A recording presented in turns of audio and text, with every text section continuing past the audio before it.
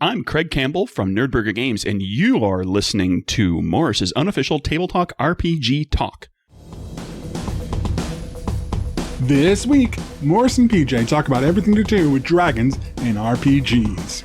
In the news, shakeups at Evil Genius Games, the Dragonlance TV series is no longer in development, Star Trek Adventure's Federation-Klingon War Tactical Campaign announced, and more. Plus, a brand new sketch about the rather literally named members of the Imperial Court. This week on Morris's unofficial Tabletop RPG Talk.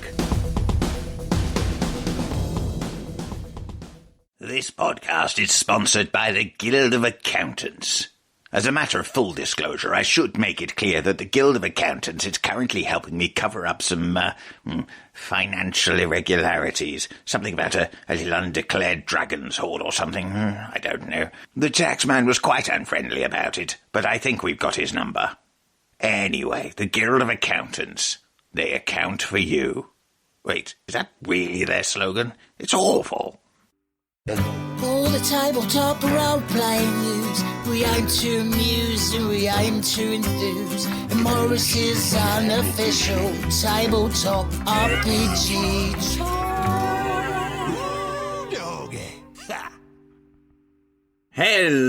Hello, and welcome to Morris's unofficial Tabletop RPG Talk. I am Russ, aka Morris, or Morris, aka Russ, and with me this week is PJ Coffey from the Southampton Guild of Roleplayers. Russ, as ever, it is a delight to be here. Sadly, we are bereft of the Rose Between Two Thorns, the absolutely amazing one and only Jessica Hancock, because she's had some bad stuff that she's having to deal with at the moment. yes, An ill pet, which is very... So, you know, our thoughts are with her. yeah. So, shall we dive into what is commonly known as the Tabletop RPG news? I thought we could, do some, back and forth about unrelated matters for about 3 or 4 minutes first. But you know what? Let's just shake things up a bit and go for it. Yeah. Yeah? What's Action happening? news. Let's do it. Yeah. Let's do it. Right, I'm going to start off with Evil Genius Games, but only briefly. Yes. So, over the last week or so, Mm. a number of people have resigned from Oh. Evil Genius Games. Evil Genius Games being the company that produces the Everyday Heroes tabletop RPG, which is based on Yes, D20 Modern, that's right. and which was going to be making the official Rebel Moon RPG until that lawsuit with Netflix happened. Yeah, that Zack Snyder vehicle. And they did a Yeah. whole world Bible, and then they were being told, "Nah, we're not going to pay you," which Yeah. which seemed like a move. I thought that was all settled and over us. There is more to the story, Oh, and I'm not going to tell it right now because yes. there's been 5 or 6 public resignations posted on Facebook and Twitter and stuff like that, Yes. where people have said, "Hey, I've just left Evil Genius Games." Over the last 2 weeks, they're not the only people who have left the company, but they're the ones that have posted publicly. And I am in the process of speaking to a number of people Yes. and doing a lot of other research. I'm preparing an article about the topic. So, the news basically is a number of people have left Evil Genius Games, and in an article next week, once it's ready, I'm going to be talking about what's actually going on. I just want to explain why we're not going into it in depth now, Yeah. and we can probably talk about it in depth in next week. We are aware of it, but there are limits to what we can say due to legal ramifications. It's just that I want to make sure I've spoken to everyone and I've got, everything is, I'm definitely correct. I want to make sure of that first before I... So... Yeah. But it's important to be correct. Yes. Yeah. So I was just saying, that has happened. People have left that company, and we'll talk about it next week. And I will have an article up in the next week, hopefully. So anyway, we can move on from that now. So Yeah. Yeah. Right, Cool. newsisms. Oh, I have a thank you I'd like to throw in. Okay. Yes, thanks to you, in fact. Me? Yeah. On a5e.tools/rules/the-core-rule, you have put an explanation of the resolution mechanic for D&D and level up, but also it applies to D&D. And that's super handy because I keep on having to explain that to people. I've have to write it out every single time. Now I'm just like, I don't have to. Oh, I was just linking to the webpage. Been there for well over a year. Well, yeah, but it's like, now it's in the useful pages. And, It's been there for over a year. I haven't seen it before. There is the core rule. Okay. Yep. Well, there you go. Must film my spot check. Yeah, I mean, that's basically at the front of the Adventurer's Guide as well, that same text. Yeah. Yeah. No, but it's just like if I'm talking to people online who are like saying, I don't understand this system, it's too complicated. I'm like, here, it is actually really easy. Yeah. There is a lot of detail, but like the core concept is pretty easy to get through. Yeah. Okie dokie. Right then. News. Dragonlance television show. Oh. Or the lack thereof. Sad times, right in the 12-year-old. Yeah. So, Joe Manganiello listeners, pouting. Yes. has been rumoured to be involved with this for some years now.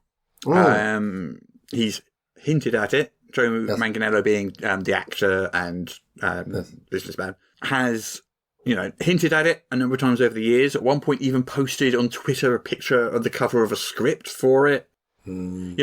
It's been kind of like this thing that's been buzzing around in the background for quite a long time without any sort of concrete information other than Joe Manganiello hinting that it's a thing in development. So, he even mentioned it, in fact, on there was an official D&D video update by Wizard of the Coast March last year. Wow. They had some celebrities and things talking, and then in his segment he mentioned it in an official D&D thing. So, anyway, he did an interview with comicbook.com. Yes. And apparently this TV show is no longer being developed. Well, and worse than that, I think the Wizards of the Coast said they've no interest in developing Dragonlance as a property. Yeah, well, according to Manganiello, he says Dragonlance is not a property Wizards are interested in developing further currently because of two things. One was apparently Dragonlance Shadow of the Dragon Queen and the Warriors of Krynn games last year. Yes. Didn't do well. And the other one is, of course, Hasbro sold its media studio E1. Yes, that's true. Which means presumably it sort of, that very much affected a lot of the sort of like TV and movie type plans it had. Yeah. That's stopped its scope for development and growth. And to continue its cultural zeitgeist grabbing ways. So, short-sighted, I think. I mean, I like a bit of soft power, me. It does quite well for itself, a bit of soft power, but they're choosing not to, and that's fair enough. They want the line to go up. So best luck to them with that. But yeah. Well, Manganiello talked a little bit about his approach to Dragonlance and what his sort of script and his treatment was like. Yes. And he said that he had new designs for the world and the dragons and even the casting choices. Nice. And this is a quote. I wanted to make the show because I want to see it and I want to feel that excited and electric about something. The characters, like the casting, I have a lookbook with over 1,000 pages, but it's not what you expect. The design concepts I had for the world, for the armour, for the swords, I had a fresh take on what the dragons were going to look like. It was going to be like nothing like anyone has ever seen. Nice. I have no idea what that actually means, but... we will never find out, I guess. No, well, maybe in 20 years or something. We can say. That's a bit sad, but such is life. Yeah. Our sympathies to Joe. Yeah, I mean, he says he even offered to buy Dragonlance and Wizards. Yeah, why not? I mean, if they're not using it, seems a shame to hold on to it. Hasbro famously doesn't sell IP, though, does it?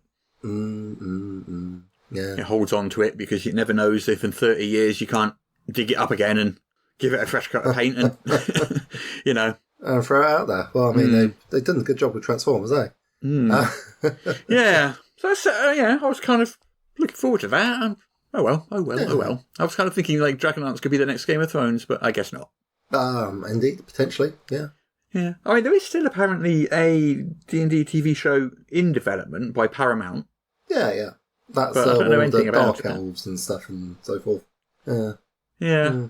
Didn't Paramount lose Star Trek? Or they've, it's gone to different places now?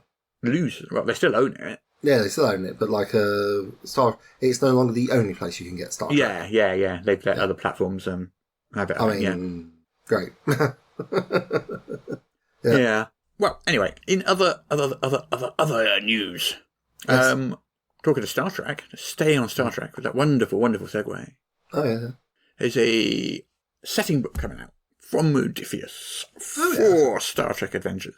Oh, okay. And it's called the Federation-Klingon War Tactical Campaign. It's one catchy title. I mean, it's the sort of thing that you could fit on the side of an A0 rulebook, which has our long-term listeners will know is Russ's eventual goal once he achieves world domination, which is to play all full-playing game rulebooks A0, possibly because he didn't want to have to carry them anywhere. Exactly. Yeah. But yeah, okay. I'm interested. Yeah. So this is set during the Discovery era. Okay. And the original Federation-Klingon War, so before the events of the Star Trek original series. Yes. Okay. It's going to be a 232-page hardcover. It's going to have new character options, guide to game mastering it, the rules for the campaign itself, timeline and missions, new starships, stats for allies and adversaries. There's a whole table of contents on Modiphius' blog that you can look at. Yeah. And that's come out in April 2024. And you can actually pre-order it now. Yeah, I saw some various people. Oh, no, you can't pre-order it now. I'm telling a lie. No. When can you? No, you'll be able to pre-order it at the end of March. Oh, okay, end of March, right. Yeah. Oh, speaking as we were of Modiphius, I saw people saying unkind things about their system, which I felt were a little harsh. I mean, it plays all right, as far as I'm concerned. What did you think? The 2D20 system? Yeah. It's perfectly serviceable as far as I'm concerned. There's a lot of people that don't like the Doom momentum dice. Really don't. I mean, we talked about metacurrency last week. There's a lot of people that are very, very strongly opposed to the very concept of metacurrencies. Oh, well, fair enough. They're entitled to your opinion. I disagree, obviously. I mean, for me, I don't mind the system. I don't feel it feels quite crunchy enough for Star Trek for me, but that's my take on Star Trek. I could probably do with a couple more levers to pull, but having said that, I do have some. Yeah, it feels a bit iPhone for me, as in like my options are sharply limited by design, so that I don't get myself into trouble. Yeah. Which like I'm a fiddler. I want to get myself into trouble. Sometimes just go and do something very stupid. But I can see why, as game designers, you might wish to design out that possibility. Yeah. Oh, speaking as we have been of discoveries and strange new worlds, there is a jolly little Kickstarter that I've seen that might be of interest to people. Yes, it's called Cartograph, the Atlas Edition, a map-making TTRPG. I put a link into the notes. It's from, I'm going to say, Ravens Ridge Games. Yes, Ravens Ridge Press. I do apologise. They're an Australian designer and artisan dice maker. It's doing pretty well. They got, $18,500 on a $2,500 goal. 434 backers. I know, going great guns. Yeah. And basically it is a game full of prompts which lets you create a world. Yeah. I'm like, that's quite nice. Yeah, it's got there are various things you can add, like little books and so forth to do. You can just get the PDF, which I believe clocks in at about $10 Australian. Have you backed it? I'm sort of on the fence because my budget for Kickstarters is heavily constrained. What with, doing this show. And it's like, every time if I backed Kickstarter, every time I looked at it, I would have no money. Yeah. On a house full of TTRPG books. I've becoming a lot more careful in the last few months because I backed so many Kickstarters. Yeah. But then again, it's $10 Australian, which is about $7 US. What's that, about so about £5, yeah, £6. Yeah, that's not much, is it? Oh, go on then. Go on. Go on. You know you want to. Yeah, back it live on the show. I'll back it live on the show. It's a really good idea and really cheap. So yeah, why not? Yeah. So that's pretty cool. I think possibly I'm also a bit inspired because a very kind designer, Jesse, who does third-party publishing for A5E, showed me how to use Foundry. So that's been pretty exciting for me. Okay. Yeah. Hey, are you a fan of either of these two things? Jane Austen I'll take that as a no. Okay. I don't know Jane. I don't think I've read any Jane Austen, except maybe in parody, which isn't really quite the same. Power Rangers. Never seen it. Okay. Well, there is a tabletop RPG, which is called Sentai and Sensibility. God. And it's an RPG mashup of Jane Austen and Power Rangers. Okay, yeah.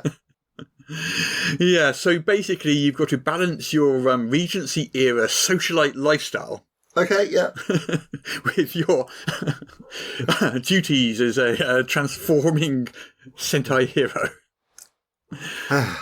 I know. Well, we'll say one thing for Jane Austen. She knew how to write a banging title. Even a couple of hundred years after the event, people are still riffing off it, like Pride and Prejudice and Zombies, Sense and Sensibility and Sea Monsters. Mm-hmm. Yeah, sure. Why not? Yeah. You go. Yeah. Like I haven't read her, so I don't know if I enjoy her books. But yeah. Okay. Okay. Yeah. I would say there should be some kind of random generator where it just takes two concepts and mashes them together, and that's your RPG. Yeah, I mean, we've got that rush. It's called itch.io. Yeah, I suppose so, yeah. Yeah. I suppose so. Yeah. There isn't a lot of news this week. It's a really quiet week. No, really I was hoping you had more. I just got the Cartographer Kickstarter. No, it's properly quiet. It's really, really quiet. No. Let's just look if there's some interesting stuff on Kickstarter. Tales of the Valiant's coming to an end. The Game Master's Guide from Kobold Press for their. It's it looks like it's going to come in at around about $500,000 now, 450 maybe. Yeah, no. I mean, there are two Kickstarters that come to an end which I have backed. One is the Kobold Press one. That was pretty good. And the other was, of course, the A5E annual. Which I felt I had to back, really. Yeah. Rude not to. Yeah. So, yeah, it's got a week left to go. So it's done about half as well as the original one did. Yeah. Which is the Player's Guide. Yeah. I suppose that makes sense. Yeah. Player's Guide is the essential one. This one's more of a... It's more advanced, book, I guess. I've been quite intrigued by the DMG. So $500,000. If it does... Yeah. That's a lot of money, Russ, still. I mean, assuming it does. It's 387,000 now with a week to go, so I'm kind of guessing. I reckon 450, actually, but we'll see. Yeah, well, I don't know whether this is... I think it's just a sign of it's a DMG, it's a Game Master's Guide. I don't think it's a sign that the system is losing popularity or anything. I think it's just your core thing always does the most, and then, supplements for that will always be a subset of that, by definition. Yeah. I mean, I can see that they wouldn't have put it into, like, the main series. Yeah. I mean, it would be quite good, I think, for Level Up if you'd been able to do that in some respects. Just concentrate on the core offering and then bring out the third book. But they are really a unified system. And, like, whilst you can use some of them without the others, I wouldn't. I can see how it works, though. It's like, yeah. But no, I mean, I'm intrigued because they cover stuff that isn't available in Level Up, and I'm keen to see what Kobold Press has for us. Yeah. Yeah. I think we're kind of out of news. Oh dear. Yes. Yeah, it's been that quiet a week. Wow. Yeah. It really, really has been. I'm just glancing through one last time to see if I've missed anything important, but I don't think I am. Nothing on Daryl's column, no? No. Right, fair enough. Okay. We've done it. We've done the news in record time, I think. That's going to be the shortest news section ever. Russ, I must disagree. Oh, I'll tell you what. Shortest combined news section ever. How about that? Okay, fair enough. Yeah, because I have done speed. I have speedrun the podcast a couple of times. Yes, fair enough. Fair enough.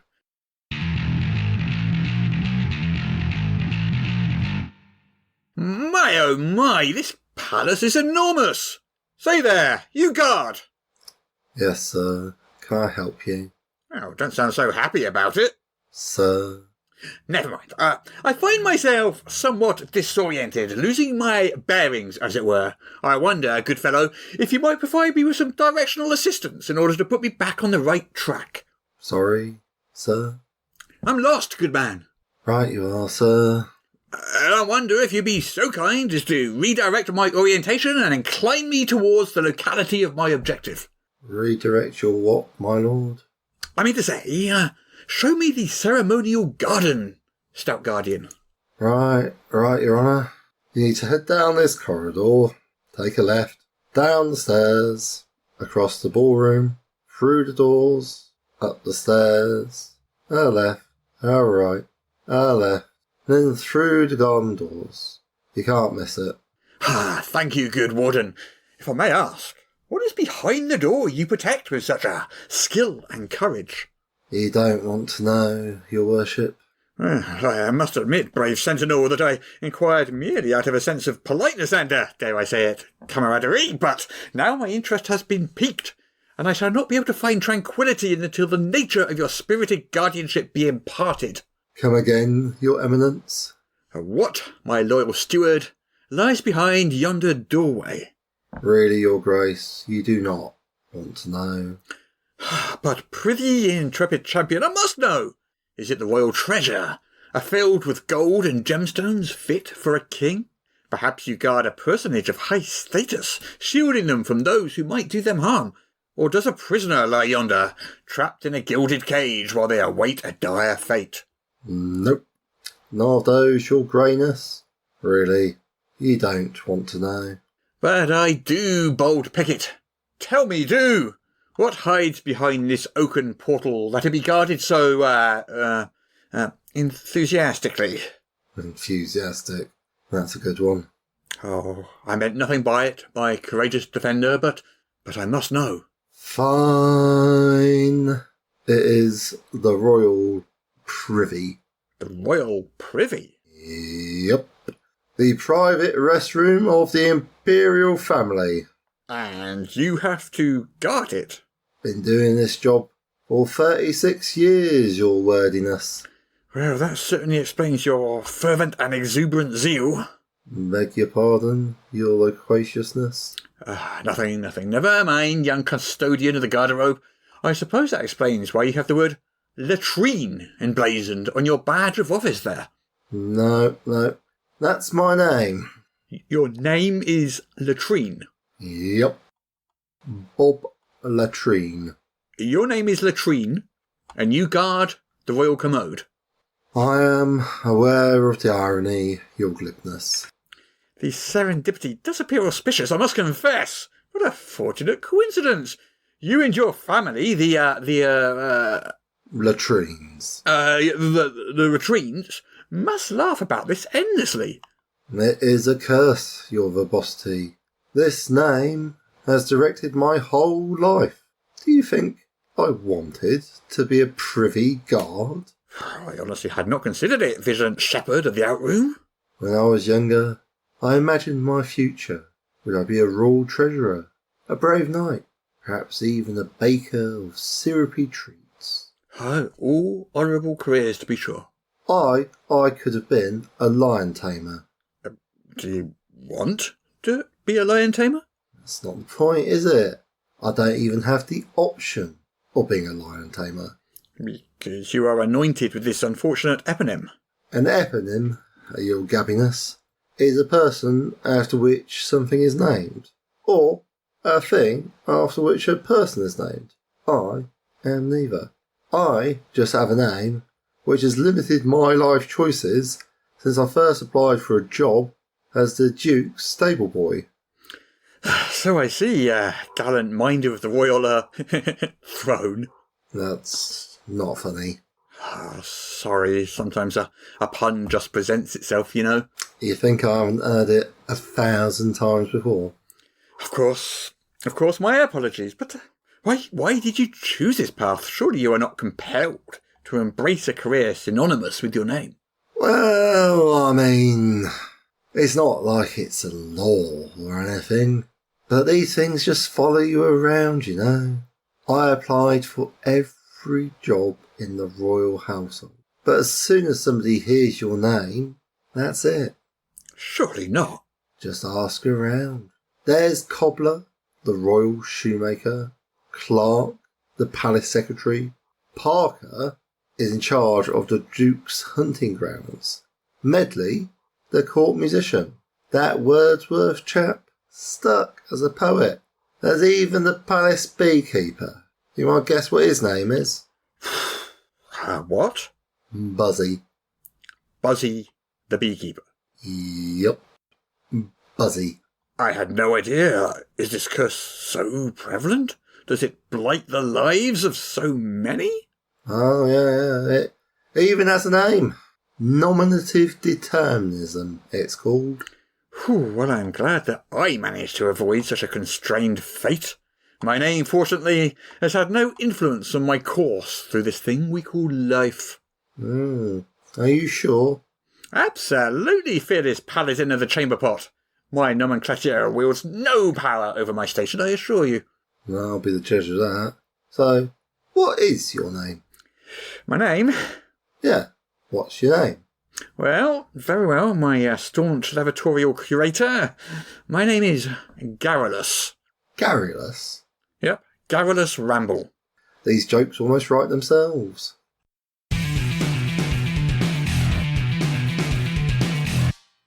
Malak the Maleficent here. If, like me, you're enjoying this podcast, please consider subscribing on Patreon for exclusive bonus content every week and the warm, fuzzy feeling of knowing you are helping to keep the show going. Subscribe at patreon.com/Morrus. There, I said it. Can you stop staring at me like that now? The things I do. All right. Don't forget, patreon.com/Morrus. Can I go now?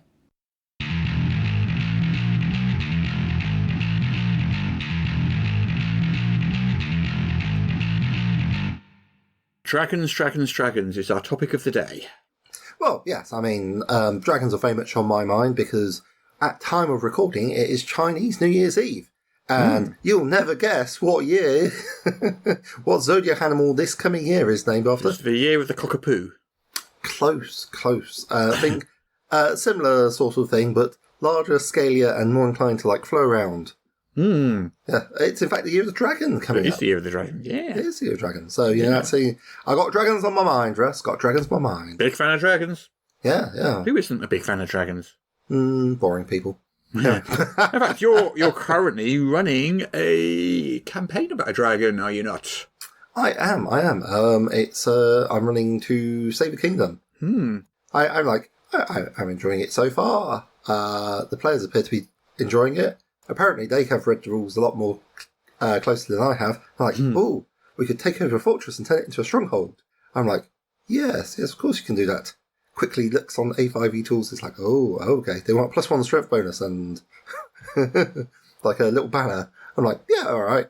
I guess we'll fight. I mean, I just wanted to give them a little base. Don't give it to them for free. Make them pay for it still. Say, in order for it to become a stronghold useful to you, you've still got to spend that money. Otherwise, it's not. Yeah. I mean, I think that's I could go that way. I've been very clear to emphasise it. It's part of the old Elven Empire. I'm arguing. Because it's basically like it's got stone walls, but it's just been thoroughly gutted. Which fortress is it? The Orc one? No, this is the one near Blackford. I want to say Camp... Oh, that's okay. Yeah. Camp Palisade or something? Rotel, that's it, yeah. I remember. Well, it's listed as a 100-foot by 100-foot long building. And so I'm like, okay, well, made it up. And they've currently been working their way through over 50 enemies. Also, I've signposted is a level inappropriate encounter. So far they're like, fireballs. They're not very nice to be on the receiving end of. They are level 4, so I did say, you could try talking to these people, but no. Yeah, like, I'm running that exact same campaign. Except I'm about a year ahead of you, and they're literally about to encounter the dragon right at the end. Yes. Now, is it Serothe, or something? Siroth, okay. Well, you'll be pleased to hear that the spirit of Morrus is an official tabletop RPG talk, and its approach to pronunciation has definitely been in my game. Is everyone saying it differently? Yep. Fair enough. Okay, well, I could say that you said it's Siroth, but I quite like Serothe. That amused me. But, yeah, I mean, the problem is, like, not something that not a lot of people know is I actually find D&D dragons to be a bit boring. And part of that is because I find them a bit limited, because when I was growing up, I read Anne McCaffrey, Have you read Anne McCaffrey, Dragon Riders of Pern? I'm familiar with it, but I haven't read it, no. Well... As in, I know of it, not as in I'm familiar with the contents of it, yeah. Yeah. So basically there's this big red star that... It's not a star, it's a rogue planet, but they call it the Red Star, and every time it comes near, all these, ravenous organisms, which are, long, sort of... I always imagine them as giant tapeworm, because that's sort of how they're described. Thread, if you will, comes boiling out and towards the planet Pern, which the series is named, and the job of the Dragon Riders is to fly up into the sky and say, no thank you, and burn it all down. Do you know how they do that? Yeah, okay. Do you know how they do that? They eat a bunch of firestone and breathe fire, so whatever. They also teleport. The dragons do? The dragons teleport, yes. Okay. And they can teleport not just in space, but in time. Spoilers. So they're TARDISes. Yeah, basically. I mean, it's tricky, and the further you teleport and the further you go back in time, the more terrifying and scary it is, because you essentially cease to exist. You're passing through between, they call it, which is the absolute blackness of non-existence, which, yeah, I don't really know how it works. It's never really gone into any of the books I've read, but it's kind of cool. So part of the thing is they pop back in time 300 years and then grab a bunch of dragon riders, so forwards 300 years. Okay. And they do this by working out what the stars would have been and so forth. So yeah, it's pretty cool. Very cool. Yeah. Very cool. So are you a fan of the winged dragon or the wingless dragon? What's your preference? I mean, I can see the validity of a wingless dragon, but I would say they're probably more of what I would call a worm. Mm-hmm. But I throw a Y in there because, tradition. Like other books, like The Dragon and the George by Gordon R. Dixon. That have you? I suppose you've never seen Flight of Dragons because that's an animated film, unless you'd only get the soundtrack. Yes, I'm capable of watching cartoons. Yes. Yeah. But I mean, it's an absolutely excellent cartoon. But the books it's based on, when I found out there were books that it was based on, I went and read them, and I thought they were also amazing. There's a lot of inspiration to be gathered there. Yeah. But yeah, so they've got a wingless worm in there which goes around causing trouble. They often do cause trouble, don't they? Yeah. Well, it's dragons are known for it. Well, it's I try to emphasise with dragons, but on the other hand, it's there's a certain fundamental disagreement, which is no, we're the apex predator. And people's but no. Dragons. Yeah. And the dragon's no, we're the apex predator. And people are no, we don't like it. Yeah, but when it turns out it's not, because, we always kill the dragons in the stories, so we end up being the apex predator in the end anyway. Yeah. Which just goes to show that two things are overpowered: cardiovascular fitness and mates. Yeah. So, I think, most iconic dragon... Most iconic dragon. Yeah. I think in the running, it's definitely Smorg or Schmaug, depending on how you... Schmaug. There's always Smorg when I read the books as a kid, and it's absolutely. still Smorg in my head. But anyone from the Lord of the Rings movies goes Schmaug. Well, I guess they're also going Sauron, so... Well, they also say the word Mordor in an obscure Scottish accent. Just Mordor. Not the rest of the sentence. Just whenever they say that one, they just switch into a Scottish accent for that one word. Yeah. Why not? I mean, it's a word. It's a loan word from a different language, so why not? Yeah. Anyway, Schmaug, I guess, is in the running for iconic dragon. What else would you say is? I feel he really came alive with Benedict Cumberbatch's interpretation of him in the Hobbit movies. Because I barely remember him from the book, and I like to think I would remember a dragon being awesome in the book, but he's not my go-to for that sort of thing. I haven't read The Hobbit since I was probably 8 or something. Yeah.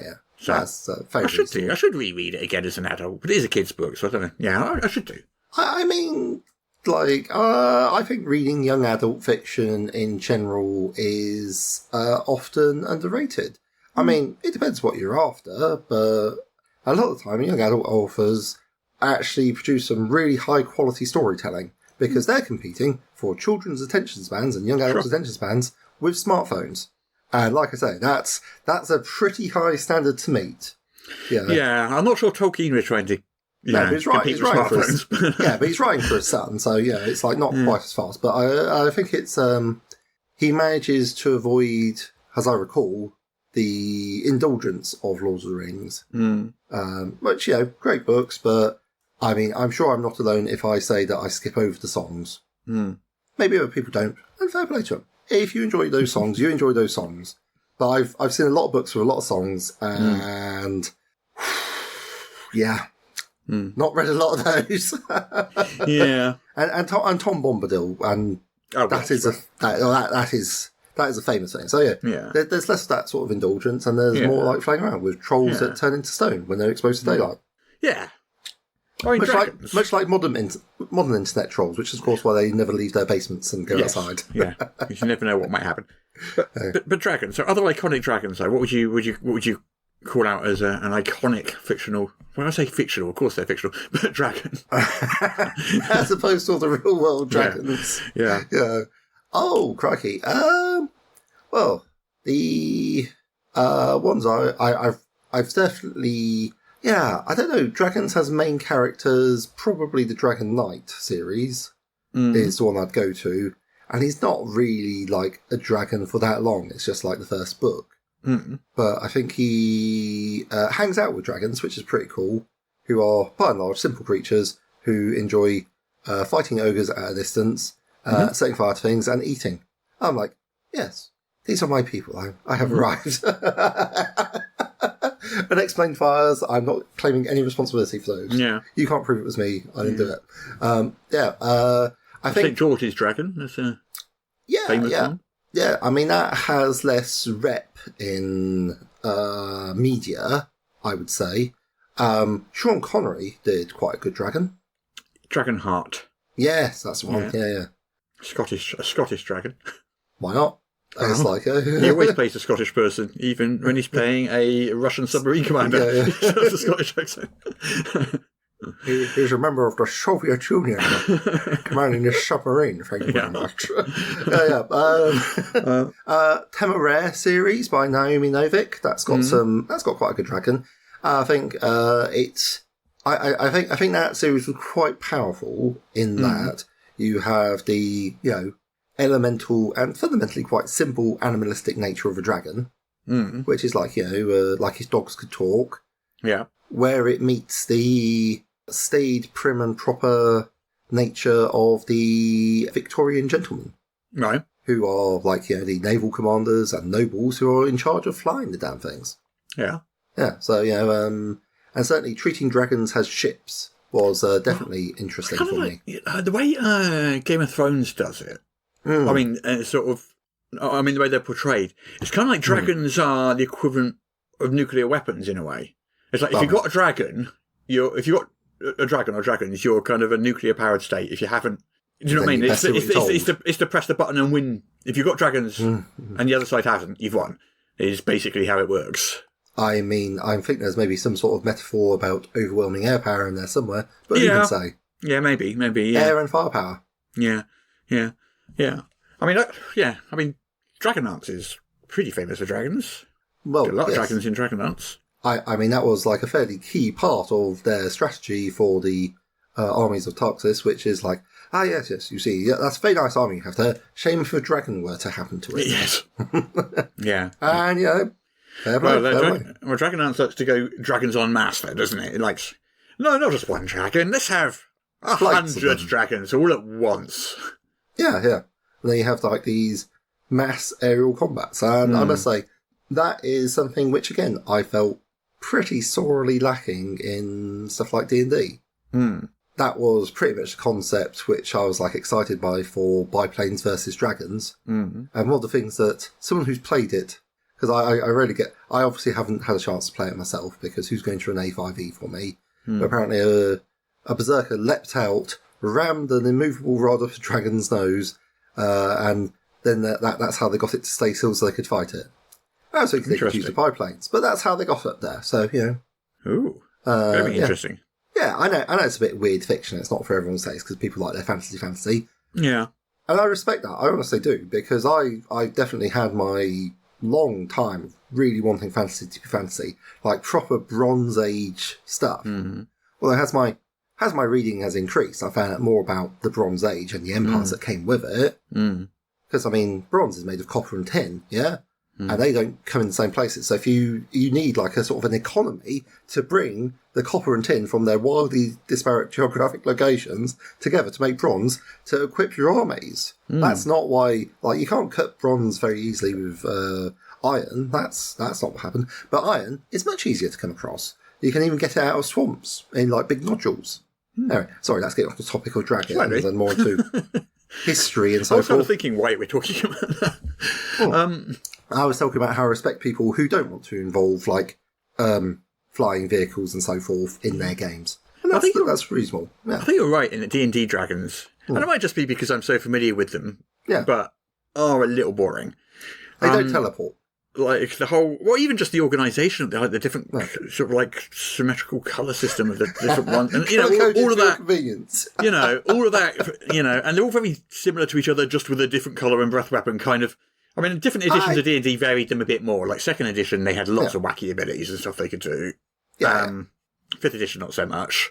Yeah, they're supposed to like all have different personalities and so forth. Yeah. And of course, in third edition, they would have character classes, so they would all like be able to do all sorts of different things, especially the magic using ones. Wow! So they could also be a 20th level caster as well, or something, which definitely changes your dragon up.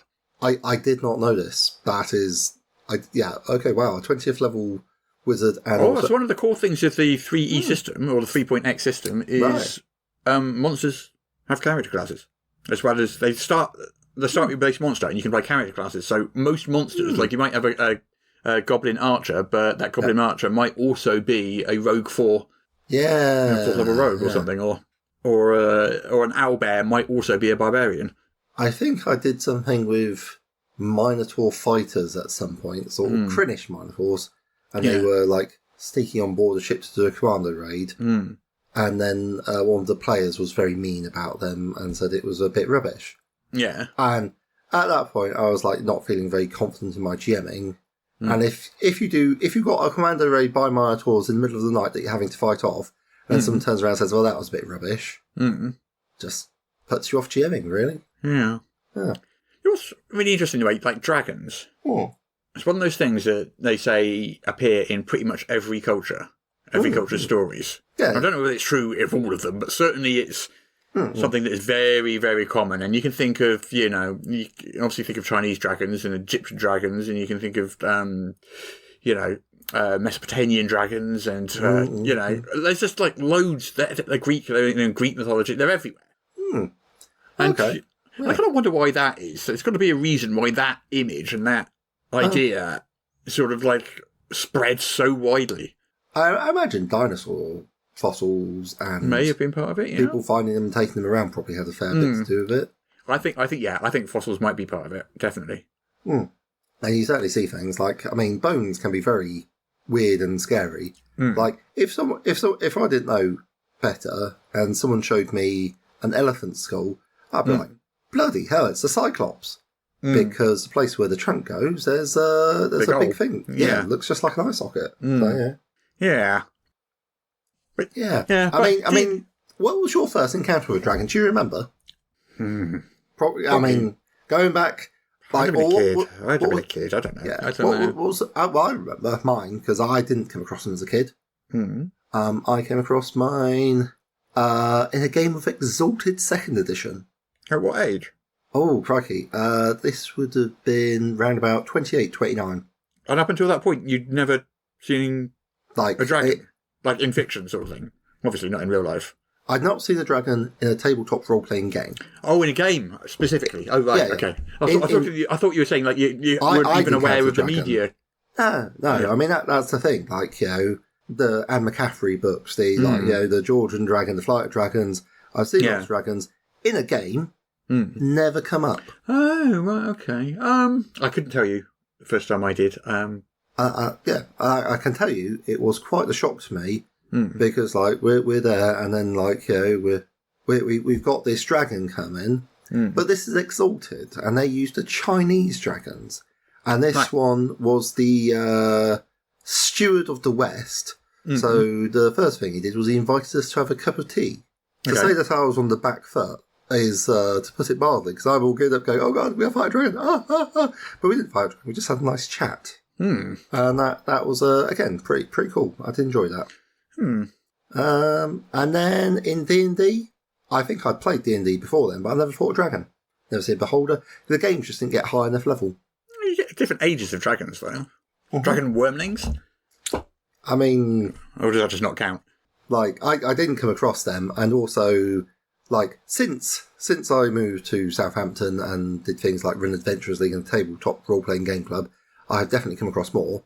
But like a wormling, yeah, basically we just bullied them. It's like trying to put one in a headlock. Like, I can grapple stuff. Yeah, grab hold of it. Stop it. I mean, it was supposed to be trying to get away, so I did have a reason for trying to throw over a horse-sized creature. Fighting 2 wormlings last night, and they are, I think, about 11th level, 12th level now. Oh, yeah. Maybe 10th, right. no, maybe 11th, I can't remember.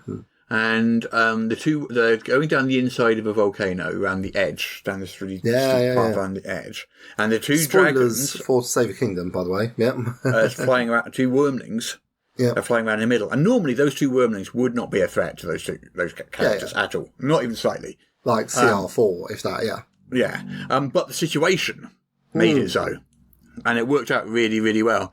Because they were flying, the dragons were flying around the middle, and the players were kind of like having to sort of hug around the edge, and couldn't really, close on them or anything like that. Yeah. So they were sort of readying actions and waiting for the dragons to swoop in and trying to taunt them to come closer and stuff like that. Whereas the dragons were circling around and recharging their breath weapons before coming back again.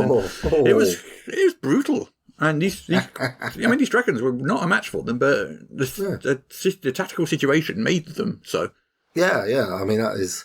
Like, not fighting things in a 10-foot by 10-foot square room does make things more interesting. Yeah. How did you get 25 orcs into a 10-foot by 10-foot square room? They're all really good friends. It's a big elevator. All right. Very good friends, yeah. So, like D&D dragons, going back to them. Yes. I mean... Yeah, I do find them a little dull. I mean, not because I necessarily want them to have wacky abilities, but just because just like the whole design of them, I think, is just kind of a bit sort of a little cookie cutter these days. Wacky abilities would definitely help. I feel, but yeah, I mean, because I think there's a Order of the Stick cartoon, which I think was probably capturing that 3.x ethos, where Varsuvius is fighting a giant black dragon. And it's like, well, you're a powerful mage, I'm a powerful mage, we're at the standoff. Let's turn magic off, anti-magic shell. You are now a pointy-eared monkey, and I am still a dragon. And that obviously did not go well for the wizard. No, I imagine not. Yeah. I feel like, D&D's sort of structure of the red, blue, green, and the gold, silver stuff, and all that sort of symmetrical, chromatic and metallic dragons. I mean, that does make a certain amount of sense in Dragonlance. Yeah, I think my preference part of the story. Would be just to have each dragon just be a unique thing these days, rather than dividing them up like that. I just think each dragon is just this unique creature that is a dragon, but apart from that, could vary quite a bit. I think that would be more fun. I guess I would wonder, where do you get little dragons from? No, two dragons could have a little dragon, but that little dragon would be a unique creature too. Okay. So, not defined by the colour of their scales. Yeah.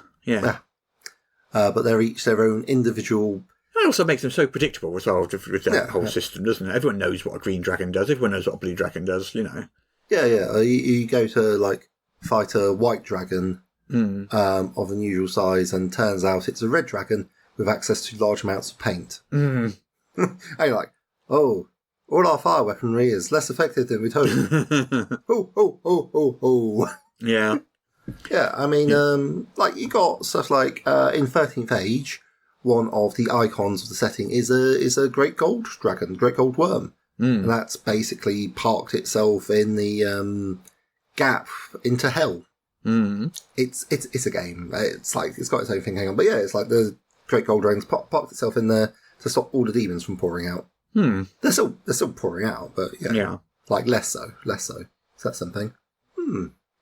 And I suppose if we stretch the definition a little bit, we've got the Dragons of the Mind. Cordwainer Smith, I think, did a game of Rat and Dragon, which is dragons in space, as it were. Okay. Yeah. It's a close relative of pigs in space.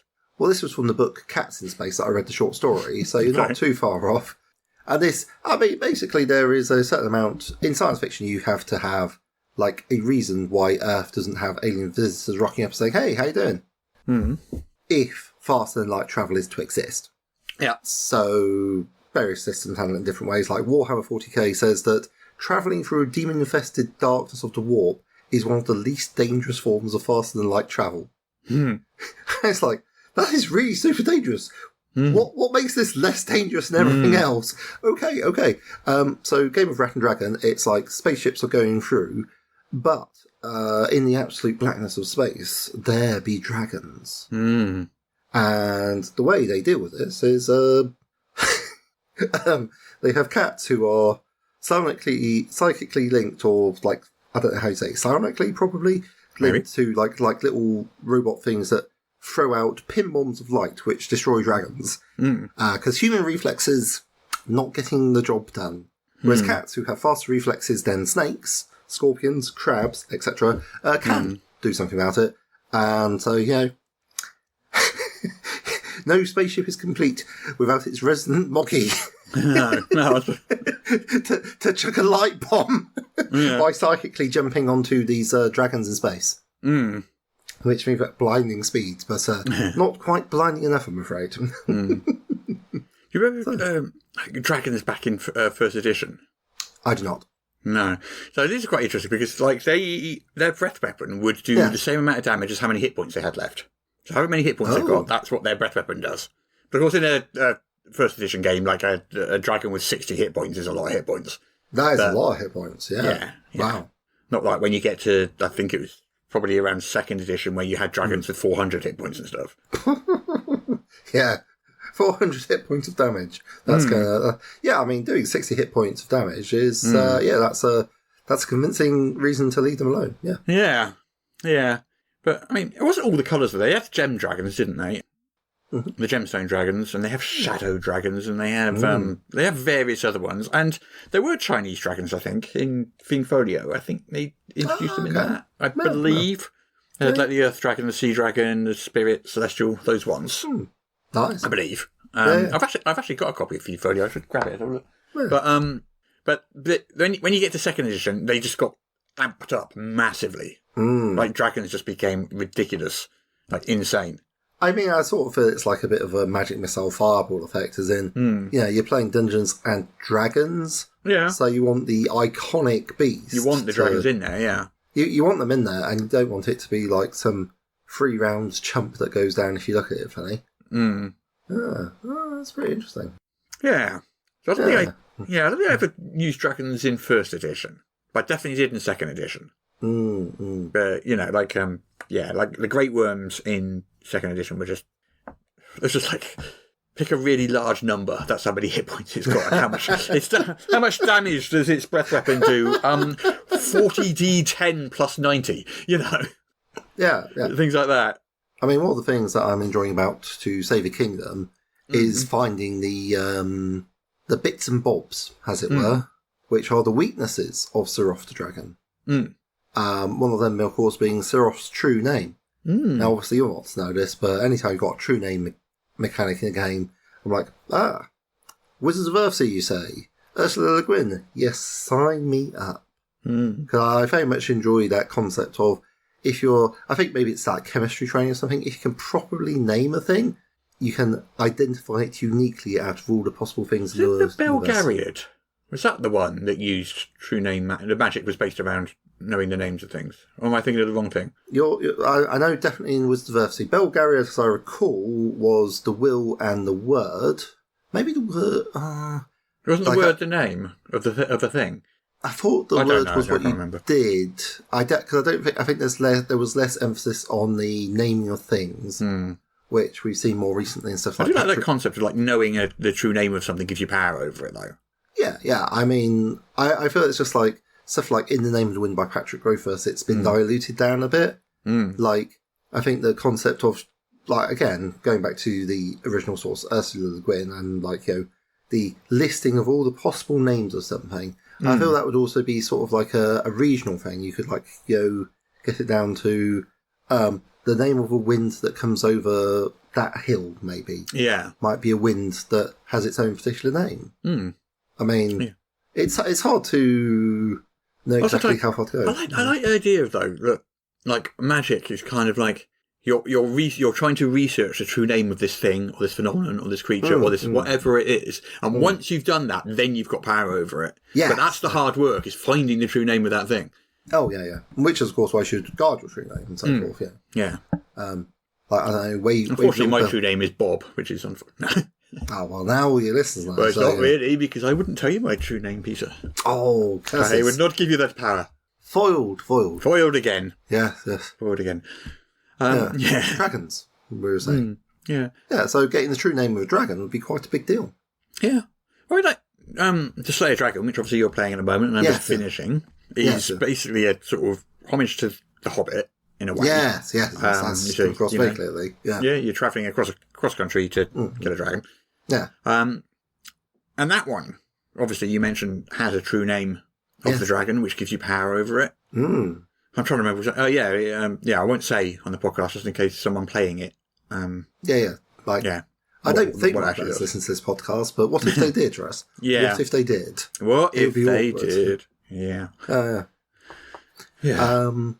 Well, I'm quite looking forward to running this dragon probably next week or the week after, depending when they actually confront it. Yeah. Make it teleport. That's what I say. They won't be expecting that. Yeah. Or have it teleport in time.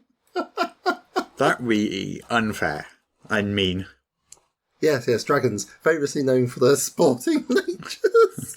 Dragons might not be known for their sporting nature, but I, the GM, am. No, absolutely. There we go. Yeah. I mean, it's interesting. Dragons and wizards, I feel, benefit more from being played as though they were intelligent, malevolent creatures in their own right. So that's two different approaches. You get the hyper-intelligent ones, but also sometimes dragons are portrayed basically as, animals. Animal level intelligent, aren't they? So it's not. They can't always talk, and they're not always really clever. Yeah, I think in D&D, like the white dragon very much gets the short end of the stick. But even that's not that dumb. It's kind of It's like pretty smart, but it's like a flying scaly murder dog. It's going to breathe some ice over you and might run away if it's rude. Just a thing that a lot of D&D does is that you take a biome. Like the Arctic, for example. Yes. Everything there is resistant to cold and also does cold damage. So nothing can hurt each other. It's like, surely they would evolve heat damage then to overcome their enemies in the region which are resistant to cold. But everything's, You'll find no argument for me. And this also explains why the Remo has, or how do you say it? Is that how you say it? I can't remember. I'd say Rema has, but Rema has. Yeah, sure. It is why it's the apex predator. Because it's hot inside. Yeah, it does you heat damage if you hit it. Yeah. So really, a red dragon should live in the cold climes. And then everything there that was resistant to cold damage would be super easy for it. Yeah. For us, that is literally what I said. I mean, a red dragon with access to copious white paint, and when adventurers come to slay it, they're like, ha, we have fire weapons. Ha, I'm a red dragon. Yeah. Oh, we have edge. Vulnerable to cold. They're not, are they? No, not in 5e. A lot of vulnerabilities were taken out, and a lot of, I think, immunities as well, which is probably that would be a reason for them not to live there if they were vulnerable to cold, because everything up there does cold damage. So but I mean, going back to true names, I mean, Serof's got a true name, and that's how to hurt Patter. What if other dreadfully large creatures had true names? Yeah, I think that's a brilliant idea.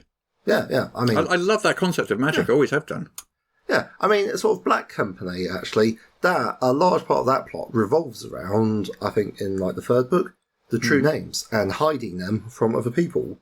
Because you got all these wizards, and I sort of feel that isn't that weird? Actually, wizards and dragons, for me, I don't know about anyone else, they occupy sort of almost the same intellectual space. No, not for maybe. Well, they're immensely powerful. They famously are not particularly fussed about the niceties for other people. They are obsessed with increasing their power. Not all wizards, Peter. Okay. All the decent sized ones, all the antagonistic ones, maybe. Okay. Yeah, when wizards go bad, then they can be very much like dragons. Like, sort of thematically speaking. Right, when they're high enough level, they can polymorph into dragons, I guess. Yeah. A lot of dragons can polymorph into humans. Yeah. So so sufficiently high level wizards and a sufficiently high level dragon are bad news. I think one of the best things about dragons, I mean, even if statistically they're a little dull in D&D, visually they are still iconic. No. They look amazing. Dragons look amazing. Yeah, there's a reason I've got a dragon tattooed on my arm. You know, I like dragons. Dragons look amazing. Oh, well, just why you're not into My Little Pony.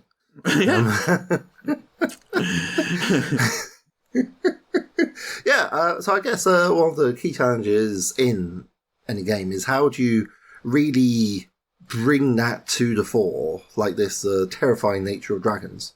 It is hard. How are you going to do it? Actually, you got them fighting. You got them fighting some tiny little dragons.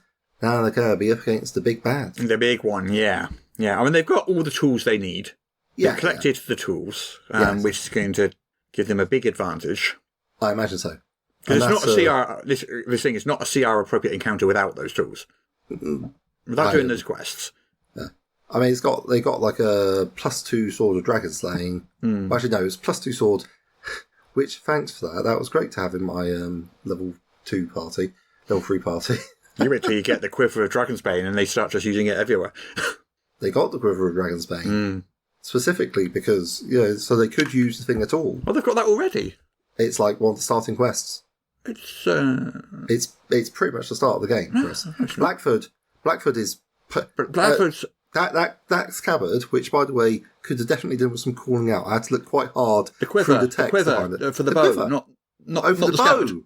Yeah, not the scabbard. Right. The quiver. Yeah, quiver. Oh, okay. Yeah, I haven't even looked that far. Yeah. No. Yeah, I think there's one of them that uses a ranged weapon. So yeah, that might change actually. Yeah, the quiver is nasty. Nice. So yes, how are you going to evoke the terror of a red dragon? It's going to be interesting. I'm going to try and play her as clever as I can. Okay. And I'm going to. I want to give her quite a lot of sort of like social interaction with them without giving them time to just pepper it. I'm going to try to work that in because I kind of want them to hate her. Yeah. So that's kind of what I want to do. I want to make her very, very clever and very, very good at making them feel bad. Whether I can pull that off or not, I don't know. That's a different story entirely. But I think the old voice from the shadows and being hard to spot is a strong way to do it. Well, this was quite good because she likes to immerse herself in lava and she lives in a volcano and stuff. So it's like the environment is very much suited towards, her advantage. I'm just picturing it a bit like a bird having a dust bath. Maybe that's the first sign that they get nearer. A very hot dust bath, yeah. Yeah, they hear sounds of singing, and as they come near, globs of lava fly around. Yeah. It's just basically Soraya, big old scrub around and burning off the dirt so she can emerge blazingly. Yeah. I mean, technically she's got fairly strong magic, but one of the quests, giving spoilers away, there's an attempt to deal with it, Yeah, so, she's weakened in various ways. So she's not at her peak when they fight her because they've done those quests beforehand. And they've got the 4 or 5 items they need. Yeah, it's going to be really good fun, I think. I'm looking forward to it. I think it's going to be a TPK or... I don't know. We'll see. We shall see. And you got like 4 players. Yeah. I've got 6, so I suspect I'm going to up the number of legendary actions and resistances. So the level range that I'm playing at is different to the one in the book. So they're a bit lower. They're higher level than they would be if you played the book alone. Yeah. Oh, okay. It's supposed to be 3 to 13. I accelerated the whole thing quite a bit. Okay. No, not towards the end. I mean, maybe. Yeah. But I mean, if you accelerated, you accelerated. Well, 3 to 13 is the whole campaign, not the Slayer Dragon part. Yeah. Because that's 3 adventures. There's to Smite a Fiend and so. I think they go quite decent. But yeah. Okay. I accelerated the leveling up a little bit because I wanted to play with some of the higher level stuff. Yeah. So everything's boosted anyway, so I'm not using the stats straight out of the book. I've had to tweak her a bit anyway. Otherwise they'd just beat her without the stuff. It'd be a bit of a gopher stomp, really. They'd be like, Yeah. yeah. Okay. But Dragon's Hordes. Dragon's Hordes. Famous for hordes, are dragons. Yeah. I mean, again, we go back to D&D, but honestly, it's like Smaug, our friend, Smaug, was supposed to have in that Dragon's Horde more gold than exists on Earth. Mm-hmm. Or something like that. As like, in the movie, that was certainly a lot of gold, yeah. Yeah.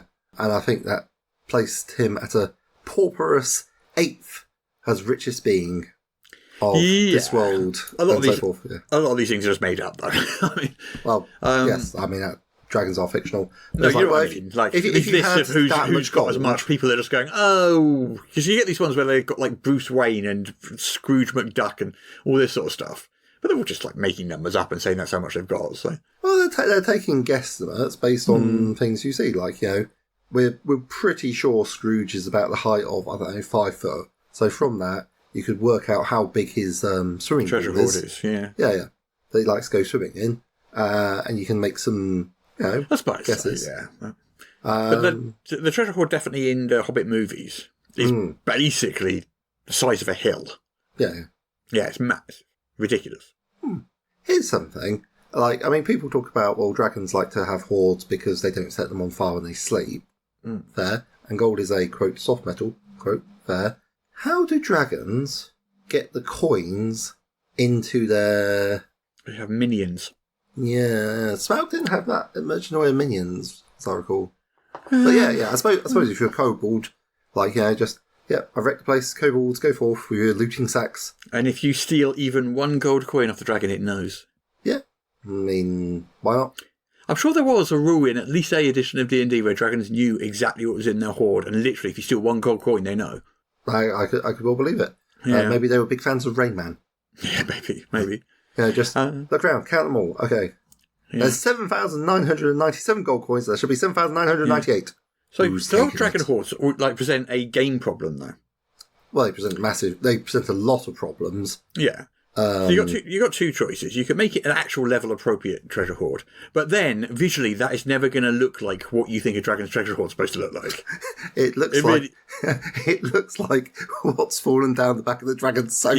Yeah, exactly.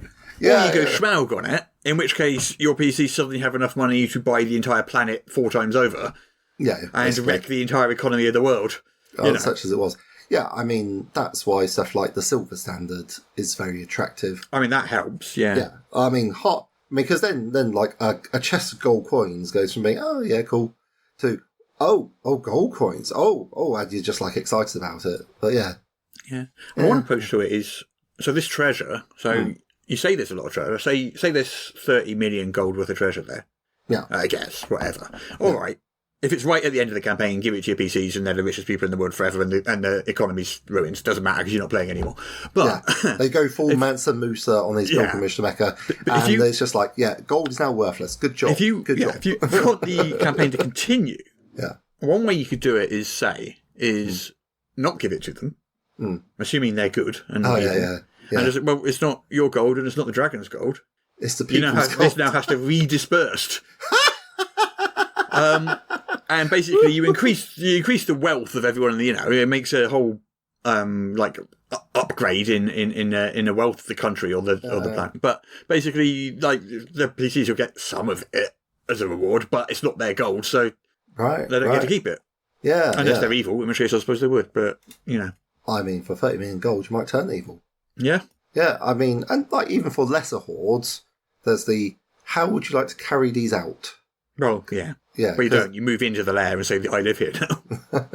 Well, I mean, generally you could, but often dragon lairs are well suited to dragons who enjoy wide open spaces, plenty of ring room, and a lack of inquisitive neighbours. But if you're a human who needs, I don't know, food, not so good. You've got a lot of money. You can pay people to do anything you want. I mean, but you have to be able to get the money to the people. They'll come to you for it. No, if you got that much money. Yeah, you just sit in your mountain and you just tell all the workers across the land to come and refurbish your mountain to suit you. And then you tell all the farmers across the land to send you... You just turn into a dragon, basically. Essentially. And people have to bring you offerings. Yeah. occupying the same intellectual space as wizards, yeah. Well, the same moral space, at least. Yeah, pretty much. Yeah. I mean, you were saying about breaking the economy. There's a series of books called Orconomics by a chap called J. Zachary Pike. Oh, absolutely fantastic set of books. Like, quite a biting satire on modern times, whilst also being really fun adventures. Like, really, really good, really meaningful, fun adventures, and a really good satire. Like, you got orcs who travel the path of the aggressive salesperson. Yeah. I'm like, yes, nice. It's just very clever, very modern, well-written stuff. Shadowrun dragons. Oh, they run the big corporations. Shadowrun dragons. I mean, that's just like really on the nose. Yeah. I mean, they're amazing. There's a whole. I don't know if I don't know the settings as well as I should, but like I do think that you should. Do not meddle in the affairs of dragons, for your crunchy and taste good with ketchup. Yes, which is interesting because somebody else clearly said, "Do not meddle in the affairs of wizards because they are subtle and quick to anger." Yes. What came first? Oh, wizards. That's Tolkien, isn't it? Yeah. And with the Shadowrun stuff, is like, these are similarities that we see. Yeah. Yes. Yeah. Well, I mean, the big corporations, and again, it's like this concept. Yeah, the concept of like an immensely powerful creature that hoards stuff definitely gets a lot of use. For instance, maybe you've seen the memes about book dragons. Book, yes. They hoard books. I have not. I mean, like, that's quite a nice hoard you have there. I'm one of those, yeah. Yeah. Well, I mean, glancing behind me at my floor-to-ceiling bookshelves, yes, that is a thing, yeah. Do you like a book? Yeah, and in many ways, I mean, one could argue that wizards are book dragons. Yeah, I suppose.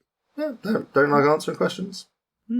Keep that knowledge to themselves. I guess that's very much reinforced me, this conversation. How much wizards and dragons are alike. Yeah. Just trying to think of more iconic dragons. Puff the Magic Dragon. Yeah. Lived by the sea. Yeah. Boof. Tolkien's has got Ancalagon the Black. I'm not familiar. Could you tell me a bit more? It's the biggest ever dragon. It's like the dragon, like long before Smaug. Right. Yeah. I don't know that much about it. It's just a really, really, really, really big dragon. He was a huge dragon. What did he do? Just was a dragon. I don't know. Did some dragon stuff. # just dragon things. Annoyed elves. It was part of like one of the sort of created by who was the evil god above Sauron.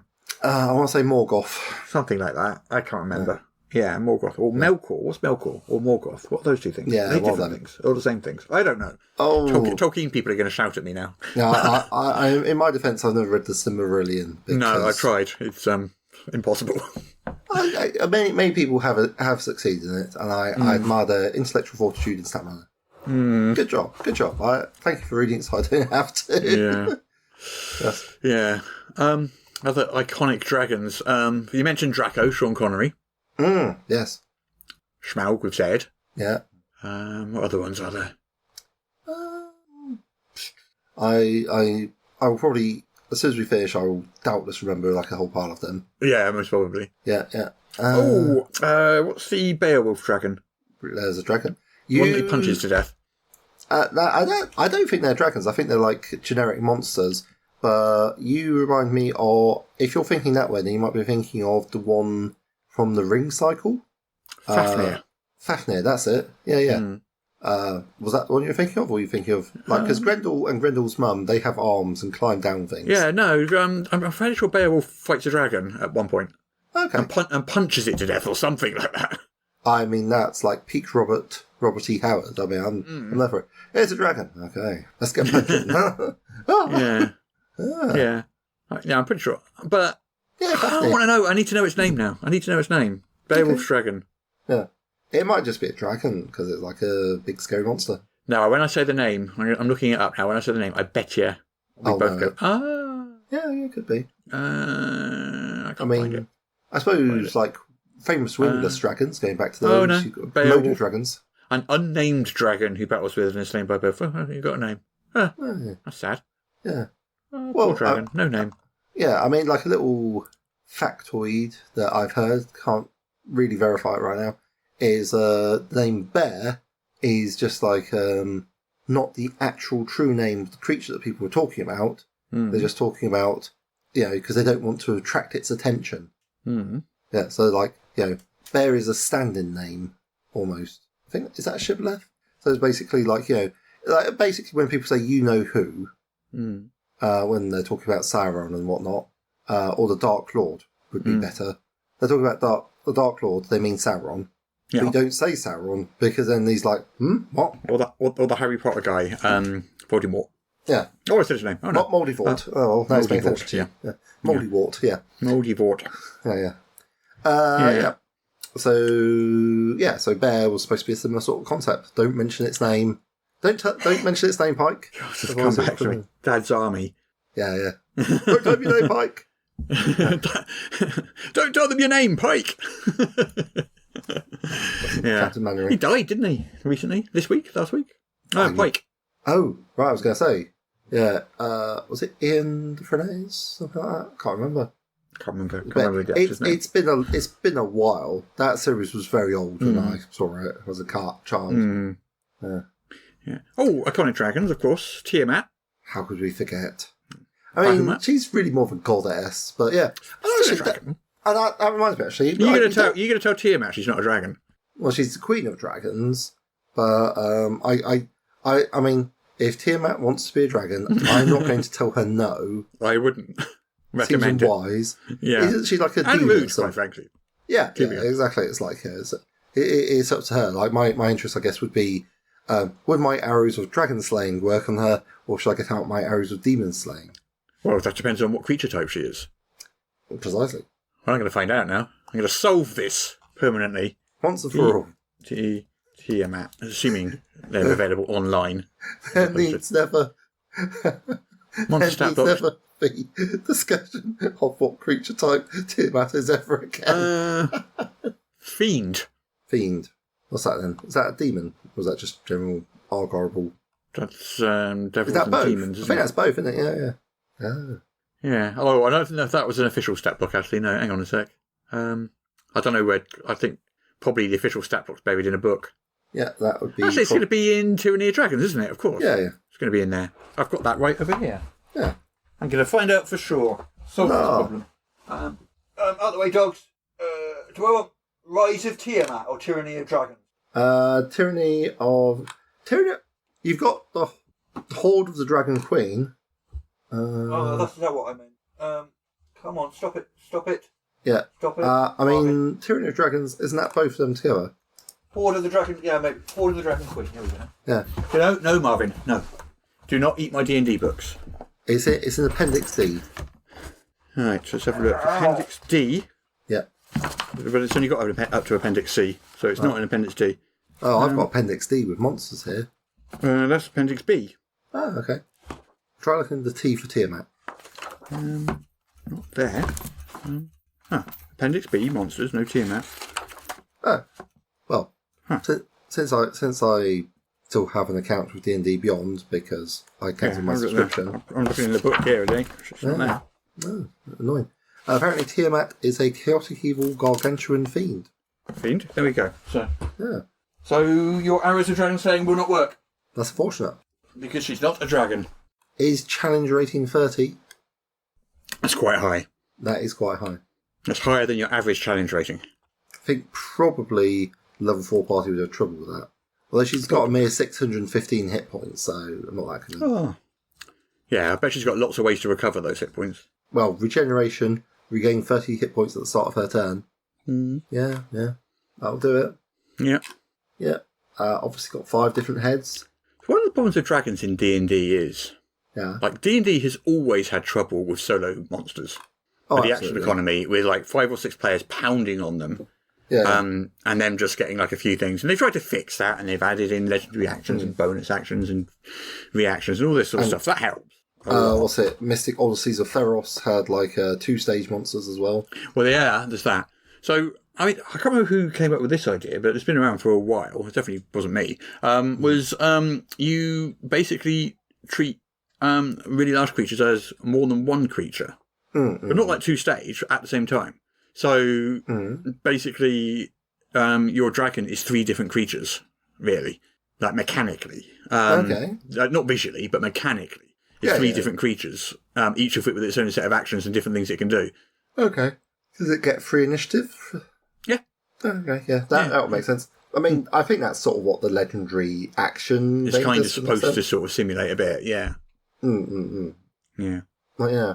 But the other thing is, I think with those sort of things, they need more actions to be able to do in a turn, to be able to keep up with a party. Otherwise, they just get stomped. Well, yeah, that's what I was saying. Like, with my party of 6, I, have legendary resistances, party level, number of people in the party, -1. I mean, Tiamat's got 5 a day, which is pretty chunky still. Yeah, and just like the legendary actions. I used an elite the other day actually. That's quite good. Like that, an elite, if you're not familiar, for listeners, is like where you have a CR low enough to be appropriate for the party, but it counts as 2 because it's been beefed up a little bit, so it won't one-shot them. Yeah, it's a template. It will be a handful. And yes, it was an elite veteran. So plenty of hit points. Yeah. Gave them some legendary actions. Like nothing spectacular. Just they're not massive. They get double the hit points. They get a legendary recovery action of some kind, and maybe an extra attack, maybe when bloodied or something like that. They're not, it's not a massive upgrade, but it's quite an upgrade. I had things like if someone attacked, she could parry as much as she liked because that was funny, and occasionally just like if someone was in reach, punch them, make them rattled, or throw them over. All that good stuff. Yeah. But yeah, that was quite fun. So yeah, I imagine. I've got 4 dragons up there at the top of my top shelf up there. One of them being that massive, great big red dragon. Yes, that's. You've seen that one before. Yeah. The one that Sharon hates because she says it looks like it's puking rather than breathing fire. Oh, dear me. Yeah. I've got a bunch of dragon models I've painted up. Just really need to get them to a table somehow. Yeah. Yeah. Anyway, I think we probably talked as much as we're going to talk about dragons. Yes, we've delved into dragons more than anyone in history has ever delved into dragons, I am sure. Yeah, that this is true. Fizzban himself would be pleased/embarrassed/envious. Yes, absolutely. As you said, that's everything we've got time for. So goodbye from me, Peter. And we'll be back next week, and hopefully Jess will be back next week.